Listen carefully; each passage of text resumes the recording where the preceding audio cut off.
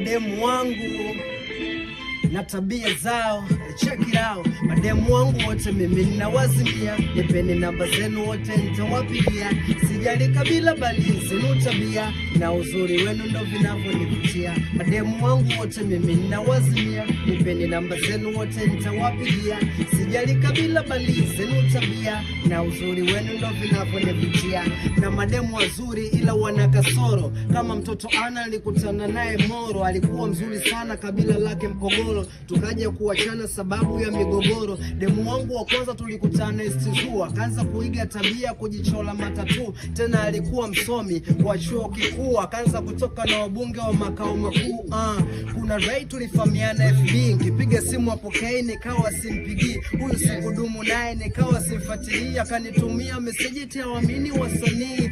RIP Keza alikuwa demu wa Rwanda, alipenda kupendeza kila tukenda viwanja, ila kiwa home anashinda na kanga, kawa na vizia sipo anaenda kudanga. Stella nilimtambulisha hadi kwa wazazi, nikaja kumtema kwa mambo ya kiduanzi. Nilimpata Arusha, alikuwa dada wa kazi, nisamee uko aliko maana nilimwachisha kazi. Mademu wangu wote mimi ninawazimia, nipeni namba zenu wote nitawapigia. Sijali kabila bali zenu tabia, na uzuri wenu ndo vinavyonivutia. Mademu wangu wote mimi ninawazimia, nipeni namba zenu wote nitawapigia. Sijali kabila bali zenu tabia, na uzuri wenu ndo vinavyonivutia.